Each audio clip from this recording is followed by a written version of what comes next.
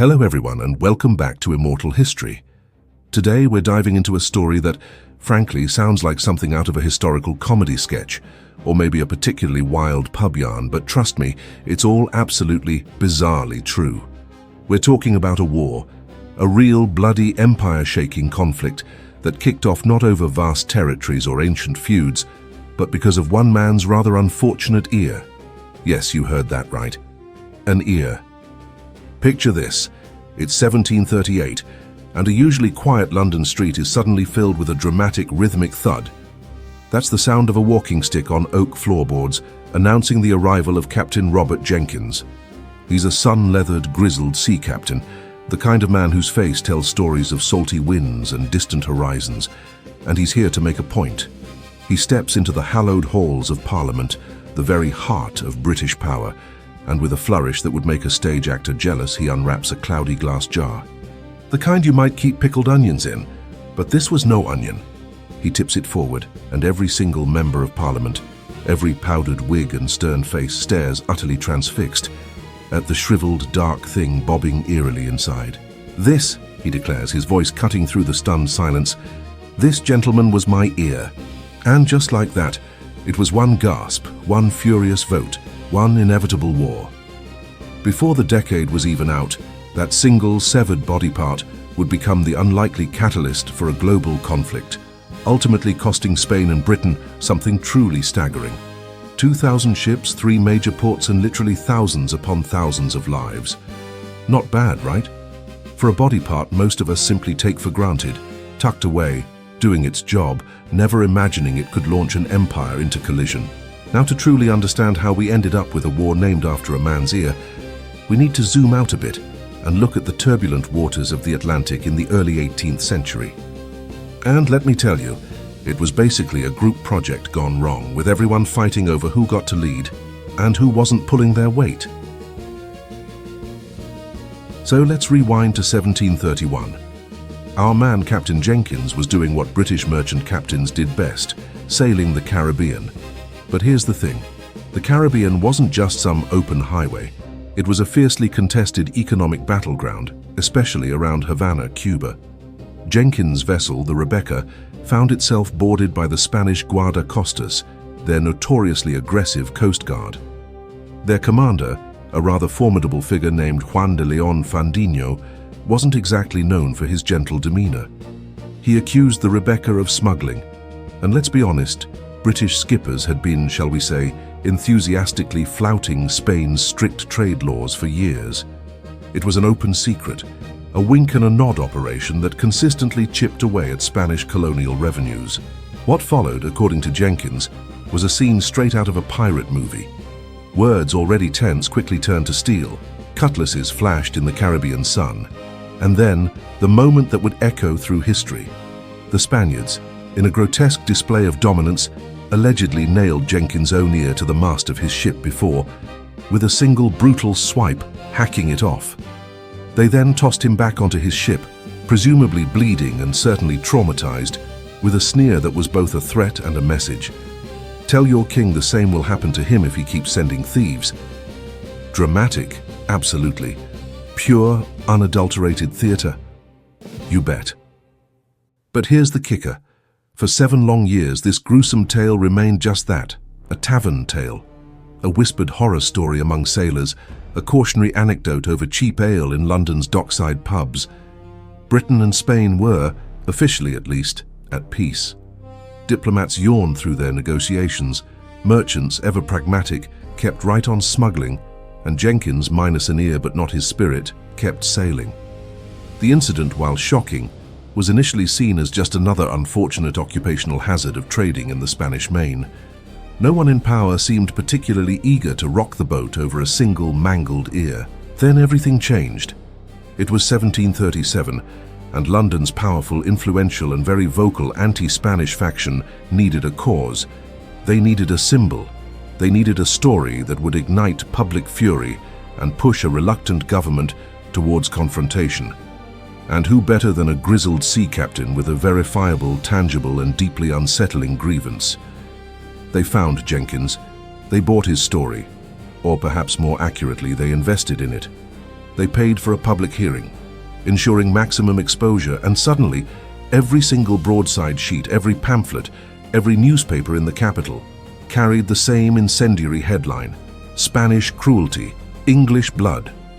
The propaganda machine whirred to life, and Jenkins Ear became an instant viral sensation of the 18th century. Parliament, already simmering with fury over increasingly aggressive Guadacosta seizures, which had been escalating in both frequency and brutality, costing British merchants vast sums and challenging the very notion of British maritime supremacy, found itself cornered by a tidal wave of public outrage. They voted almost unanimously to raise 250,000 men and dispatch 100 warships. The official justification? To secure the trade of His Majesty's subjects in the West Indies. They wanted a fight, and they were going to get one. Here is where we zoom out, because let's be absolutely clear. This war was never truly about Robert Jenkins' ear. That ear, pickled in a jar, was merely the spark, the convenient, emotionally charged excuse that lit the fuse of a much larger powder keg. The real prize, the deep underlying currents driving this entire conflict, were economic. Pure and simple. Think of it this way. Spain's vast global empire, stretching from the silver mines of Potosi in present-day Bolivia all the way to the Philippines, ran on silver. That silver, extracted from the earth by unimaginable labor, flowed across the oceans in treasure fleets, making its way back to the Spanish crown. But those treasure fleets, those floating mountains of wealth, needed protection. They were vulnerable, and Spain jealously guarded its mercantile system, known as the floater system, which strictly controlled trade with its colonies. Britain's burgeoning empire, meanwhile, ran on sugar and slaves. The demand for sugar in Europe was insatiable, and the plantations of the Caribbean, worked by enslaved Africans, were churning out fortunes. To fuel these plantations, Britain had secured a highly lucrative yet deeply controversial contract known as the Asiento. Signed in 1713 as part of the Treaty of Utrecht, which ended the War of the Spanish Succession, the Asiento granted Britain the exclusive right to supply African slaves to Spanish colonies for 30 years. On paper, it allowed them to sell 4,800 African captives a year. But here's the thing about paper and reality. In practice, British merchants were routinely delivering upwards of 10,000 enslaved people annually, alongside every crate of Jamaican sugar, every bolt of cloth, every manufactured good a clerk could scribble around the official ledgers. This wasn't just petty theft. It was a sophisticated, large-scale operation that systematically undermined Spanish customs revenue. Madrid was losing out on colossal sums of money, while London merchants, with their clever accounting and even cleverer smuggling networks, pocketed the difference. Add to this the constant irritating nibbling of British logwood cutters in Central America, who were illegally harvesting valuable timber from Spanish territory. Another drain on resources, another affront to Spanish sovereignty. This relentless, slow-motion economic bleed was so pervasive, so deeply felt, that the Spanish had a name for it: el mal inglés, the English sickness. So when Jenkins' Ear arrived in Parliament, it wasn't just a curiosity, it was a gift-wrapped excuse. For Britain, it was the perfect justification to demand compensation for alleged Spanish depredations and to assert its right to trade freely, which, in their view, included smuggling. For Spain, it was an equally perfect pretext to crack down even harder on what they saw as blatant, aggressive economic warfare. And for both sides, it was an opportunity to rattle sabers, to test the limits of imperial power, and to prepare for a conflict that many believed was inevitable. The ear, my friends, was theatre. The ledger books, brimming with profit and loss, with colonial ambitions and national pride, were the real script. It was a drama of economics cloaked in the outrage of a severed ear. By the summer of 1739, the diplomatic tightrope walk had finally irrevocably collapsed. Negotiations, which had been limping along for years, trying to resolve these simmering trade disputes, simply fell apart. At the heart of the British government was Prime Minister Robert Walpole, a man of immense political skill and a deeply pragmatic streak. Privately, he thought the whole affair, this escalating outrage over one man's ear, was utter nonsense. He understood the immense financial and human cost of war and had worked tirelessly for years to maintain peace, seeing it as the bedrock of Britain's prosperity. He genuinely believed that the national interest was best served by avoiding expensive foreign entanglements. But Walpole, for all his power, was facing an unstoppable force: the mercantile lobby. This wasn't just a few disgruntled traders. This was a powerful, wealthy, and politically connected group of merchants, West India planters, and members of the South Sea Company, all of whom stood to gain immensely from a war that would open up Spanish markets and cripple their rivals. They were a vocal, relentless faction, shouting down any talk of compromise with a unified, insistent cry, "No peace without reparation." They demanded justice for alleged Spanish depredations, but what they really craved was unfettered access to Spanish colonial wealth. Madrid, trying to avert war, eventually offered a sum of $95,000 in damages to British merchants. Now that was a significant amount of money in the 18th century, a genuine attempt at de-escalation. But for the mercantile lobby, it was an insult. They sniffed at the offer, deeming it too little, too late. They had tasted blood, sensed weakness, and were now determined to push for total victory. They wanted concessions, not compensation, access, not appeasement. With public opinion inflamed by sensationalist pamphlets and broadsides, and with the powerful merchant class clamoring for war, Walpole found his hand forced. His political survival depended on bowing to the public mood, however irrational he might have personally found it. On October 23, 1739, Britain officially declared war on Spain. The newspapers, eager to capitalize on the public's fascination, needed a catchy name for this strange new conflict. Someone, somewhere, coined the phrase, "the War of Jenkins Ear," and it stuck like tar, instantly becoming the popular shorthand for the entire affair. Few bothered to ask whether Captain Jenkins had really managed to preserve his ear for 7 years in a keg of brandy, a feat of preservation that stretches credulity even today. And even fewer cared that Jenkins himself, the accidental hero, the reluctant poster boy, virtually vanished from history the moment the cannons began to speak. His job was done. The public fury had been effectively channeled, the fleets dispatched, and empire-sized egos fueled by economic ambition and national pride were launched into collision across the vastness of the Atlantic. The stage was set for a truly epic and often tragic drama. If you're enjoying this bizarre slice of 18th century diplomacy, where severed ears spark global conflicts and economic ledgers dictate national policy, then do yourself a favor. Tap that subscribe button and stick around. Because next, we're going to follow Admiral Vernon's ships as they storm one of the richest ports in the Spanish Main. And spoiler alert, they definitely don't stop at ears. Now with war declared and the public baying for action, Britain needed a quick, decisive victory to justify the immense cost and satisfy the clamoring merchants. Enter Vice Admiral Edward Vernon. Vernon was a character, a seasoned naval officer, with a reputation for being both aggressive and outspoken. He held a rather firm and, as it turned out, quite effective belief that attack was far cheaper and often more successful than a prolonged, costly siege. He wasn't one for timid maneuvers. He preferred bold, swift strikes. So in November 1739, just weeks after the declaration of war, Vernon appeared off the coast of Porto Bello. If you look at a map, Porto Bello, located in what is now Panama, was no ordinary port. It guarded the Caribbean door to Panama's treasure trail, a crucial choke point for the flow of Spanish silver and goods from the Pacific. It was heavily fortified, boasting a formidable fort bristling with 90 guns, and it had a reputation for near invulnerability. Many believed it simply couldn't be taken.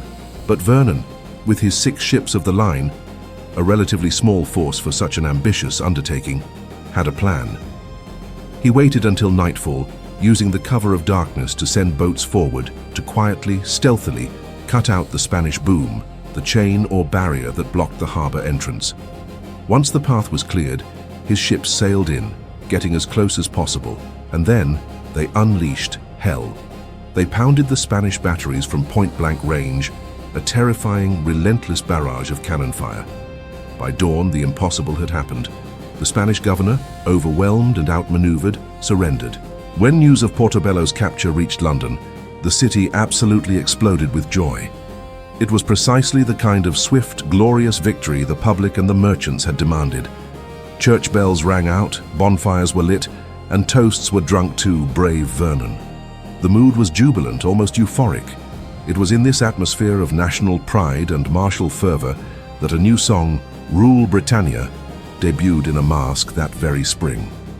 And listen closely to the lyrics, because they contain a direct, defiant nod to the fears of Spanish tyranny and the assertion of British naval dominance.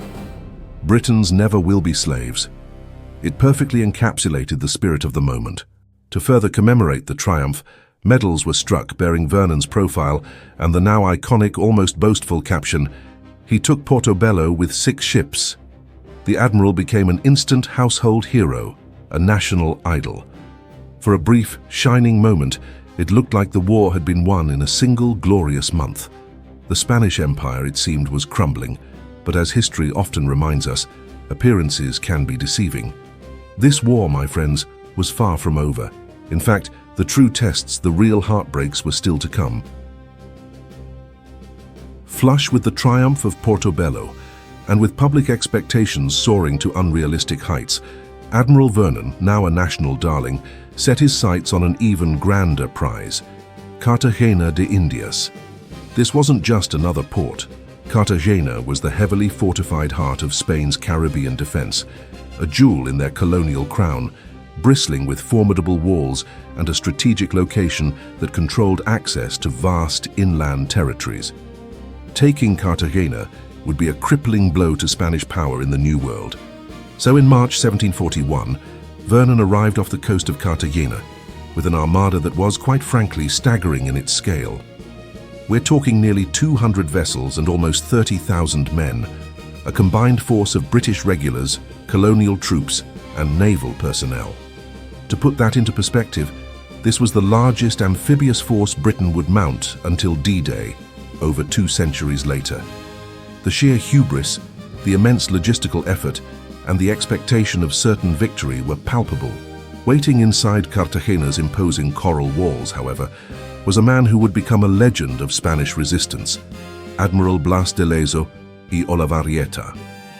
Lezo was not your typical dashing hero. He was a survivor, a veteran of countless battles, earning the grim moniker Half-Man due to the horrific injuries he'd sustained throughout his career. He was one-eyed, one-armed, and one-legged, a living testament to the brutal realities of naval warfare. But what he lacked in limbs, he more than made up for in strategic brilliance, iron will, and a profound understanding of defensive warfare. He commanded a meager force by comparison, 6 ships of the line and roughly 4,000 regulars, bolstered by local militia and indigenous allies. What followed was not the swift, glorious victory Vernon had anticipated. Instead, it was 6 weeks of unmitigated amphibious chaos. British redcoats, ill-equipped for the tropical environment, found themselves slogging through dense, disease-ridden mangrove swamps, their elaborate uniforms proving utterly impractical. Yellow fever, the silent and most deadly enemy, began to gut the British camps, felling soldiers and sailors in droves, far more effectively than any Spanish cannon. And from the seemingly impregnable cliff-top batteries, Lezo's gunners, under his shrewd direction, rained down a relentless, devastating fire on the attackers. He used the terrain, the climate, and his limited forces with masterful effectiveness, turning Cartagena into a death trap for the invaders. When Vernon finally reluctantly weighed anchor and retreated, the scale of the British defeat was catastrophic. He left behind a staggering 9,000 dead and wounded, not from direct combat alone, but from disease, exhaustion, and the sheer futility of their assault. The shattered dream of a quick Spanish collapse lay in tatters. The defeat at Cartagena was a monumental turning point, a profound blow to British morale, and a massive drain on their finances. For Spain, however, it was a moment of immense pride and vindication. It proved unequivocally that despite Britain's growing naval might, their empire could still be defended, that their wooden walls could still hold against seemingly overwhelming odds. It solidified Blas de Lezo's place in history as a national hero, the man who saved Cartagena. While the Caribbean bled and empires clashed on the high seas and in tropical swamps, the conflict wasn't confined to those sun-drenched waters. Like ripples spreading from a stone thrown into a pond, the War of Jenkins Ear inevitably spilled over into the contested borderlands of North America. Here, a different kind of fight brewed, one born of colonial expansion and simmering territorial disputes. Spain, still smarting from British encroachments and eager to punish its rival, set its sights on Britain's newest and most vulnerable colony, Georgia. Founded by the idealistic philanthropist James Oglethorpe in 1733, Georgia wasn't just a new settlement. It was envisioned as a strategic buffer.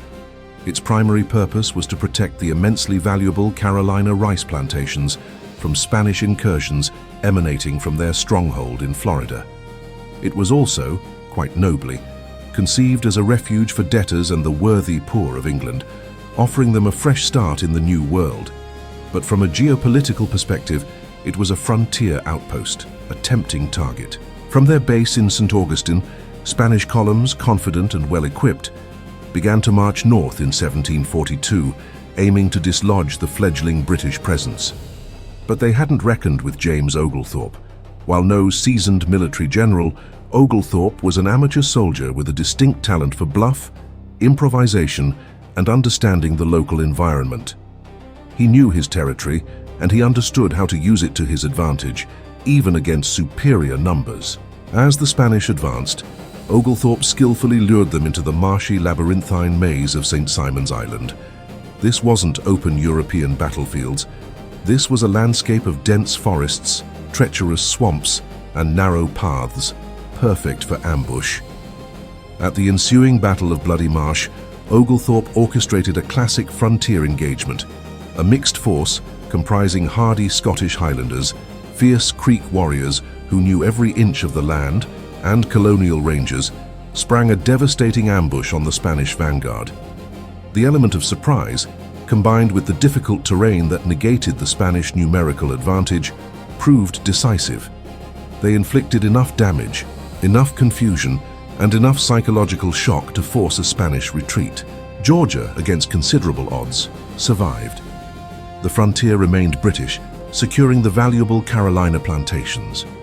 This skirmish, far from the grand naval battles of the Caribbean, proved a crucial point.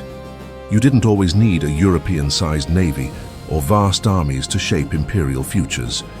Sometimes all you needed were mosquitoes, which decimated forces on both sides, muskets, and perhaps most crucially, an intimate, strategic understanding of local knowledge. It was a testament to the resilience of colonial defenders and the often overlooked importance of asymmetrical warfare in shaping the destiny of empires. Now, amidst all this imperial jostling, the grand narratives of kings and admirals, there's a profoundly human and often overlooked consequence of the war unfolding in Spanish Florida. For decades, long before Jenkins Ear became a rallying cry, a different kind of struggle had been playing out. Since 1687, a steady stream of escaped slaves from the British colonies of Carolina and Georgia had sought sanctuary under Spanish rule. Spain, often for pragmatic and strategic reasons as much as humanitarian ones, had a policy of offering freedom to these runaways. It was a way to destabilize British plantations and bolster their own frontier defenses. This policy was formalized and amplified in 1739, just as the drums of war began to beat louder. Spain issued a proclamation offering freedom, not just sanctuary, but genuine freedom, to any enslaved person from the British colonies who made it to Spanish Florida, provided they converted to Catholicism and served 4 years in the militia. This powerful incentive drew hundreds southward, a desperate, perilous journey towards the promise of liberty. When war officially broke out, Governor Manuel de Montiano of Spanish Florida took a decisive step. He formalized the settlement of Gracia Real de Santa Teresa de Mosé, or more commonly, Fort Mosé, a mere 2 miles north of St. Augustine. This wasn't just a refugee camp. This stockade became the first legally recognized free African town in what is now the United States. It was a beacon of hope, a tangible symbol of freedom in a continent increasingly defined by slavery. The residents of Fort Mosé, now free men and women, repaid their debt and commitment with fierce loyalty. During the 1740 siege of St. Augustine by Oglethorpe's raiders, the same Oglethorpe we just heard about, the militia of Fort Mose marched bravely beside Spanish regulars, playing a crucial role in repelling the British attack. They fought not just for Spain, but for their newfound freedom, for their homes, and for the very existence of their community. After the war, some residents of Fort Mose stayed, rebuilding their lives in Florida. Others, facing renewed threats, scattered, seeking new opportunities or vanishing into the historical record. But the precedent they set, the very existence of Fort Mose, endured. It proved that freedom could indeed be negotiated, however precariously, within the complex web of imperial rivalries. It demonstrated that the Black freedom struggle in North America, far from being a monolithic movement, had found a crucial foothold, a tangible space where liberty was not just a dream, but a lived reality, however brief or challenging. It's a powerful, often overlooked chapter in the larger story of this war. By 1744, the War of Jenkins Ear, this bizarre conflict sparked by a severed appendage, had already been raging for 5 years. But something crucial had happened. It had effectively been subsumed, swallowed whole, by a much larger, far more expansive European conflagration. The conflict in the Caribbean was no longer a standalone event. It had bled into the sprawling, continent-wide War of the Austrian Succession. Suddenly, Britain and Spain weren't just fighting over trade routes and ears in the West Indies. They were now locked in a struggle across Flanders, navigating complex alliances and betrayals in the Mediterranean, and even clashing in the distant waters of the Indian Ocean. The ear, once so prominent, had become a mere footnote in a much grander, more conventional European power struggle. The Caribbean theatre, which had seen such intense action and dramatic reversals, slowed considerably. The grand expeditions and pitched battles gave way to a more attritional, less decisive form of warfare. Privateering raids, disruptive but rarely decisive, and a grinding struggle with supply shortages, disease, and the sheer logistical nightmare of maintaining distant fleets. The initial fervor had waned, replaced by a weary recognition of stalemate. Finally, in 1748, the wider War of the Austrian Succession drew to a close with the signing of the Treaty of Aix-la-Chapelle.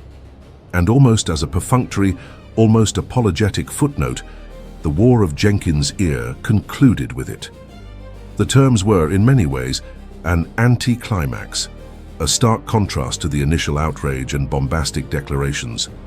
No territory fundamentally changed hands between Britain and Spain. The much-coveted Asiento contract, the source of so much friction and illicit profit, was quietly dropped, its term having expired and its value diminished by the war itself. And, with a cynical predictability that only history can provide, smuggling, the very activity that had so enraged Spain and fueled British expansion, resumed within weeks. It was as if the entire bloody, costly conflict had changed very little on the ground. Britain counted the immense cost. A staggering $40 million in debt, an astronomical sum for the time, and a tragic toll of 20,000 dead, many more from disease than from direct combat. Admiral Vernon, once the celebrated hero of Porto Bello, had become something of a punchline. His later campaigns ending in frustration and failure, his reputation tarnished by the Cartagena disaster. Spain too counted the same dead, incurred the same crushing debt, but crucially they had managed to keep their empire intact, its vital strongholds unconquered. Jenkins, the man whose ear had launched 1,000 ships, meanwhile, retired to a quiet life in Shadwell, married a brewer's widow and vanished from the historical record. His moment in the sun, or perhaps in the jar, was over. History, bless its heart, loves a tidy symbol. It loves a neat, easily digestible story, a singular event that encapsulates a complex conflict. And Robert Jenkins' ear, pickled in that jar, certainly provided that. It was a press hook, a rally cry that galvanized a nation. A meme before memes even existed. It was the perfect sensationalist headline for a public eager for drama and a government looking for an excuse. But empires, my friends, do not mobilize vast fleets. Do not plunge nations into crippling debt, and do not sacrifice thousands of lives over a mere piece of cartilage. Beneath that sensationalist narrative ran the same powerful, relentless currents that power every imperial clash then as now. We're talking about the relentless pursuit of trade advantage, the fierce competition for prestige on the global stage, the intricate, often messy demands of domestic politics, and the simple, stubborn, often irrational unwillingness of powerful nations to back down. The War of Jenkins Ear, for all its absurdity, taught some profound lessons. For Britain, it was their first real taste of imperial overstretch in the Caribbean. It showed them the immense difficulties and human cost of projecting power so far from home, of fighting in unfamiliar, disease-ridden environments against determined defenders. For Spain, it was a stark reminder that while their empire might be vast and somewhat creaking, its wooden walls, its formidable fortifications and resilient defenders could still hold against a seemingly unstoppable foe. And for the nascent colonies, it demonstrated that local decisions, clever tactics, and even the existence of a free black town could, in their own way, profoundly sway the grand strategies being formulated in distant London or Madrid. Ultimately, this bizarre conflict leaves us with a potent warning. Sensational stories, emotionally charged anecdotes, and outrage-generating headlines can quite easily sail otherwise reasonable people straight into unreasonable wars. So the next time you hear an outrageous anecdote, a seemingly simple story that ignites widespread fury, take a moment. Ask the question that 18th century politicians, swept up in the tide of public emotion, forgot to ask: what's really in the jar? What are the deeper currents, the hidden agendas, the economic realities that lie beneath the surface of that captivating, outrageous tale? Because, my friends, the answer is rarely as simple as a severed ear.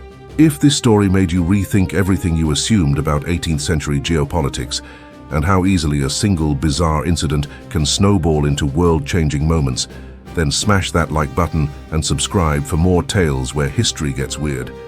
And seriously, drop a comment below. What modern headline feels like a new Jenkins Ear in the making? What contemporary outrage do you think masks a deeper, more complex story? Let me know.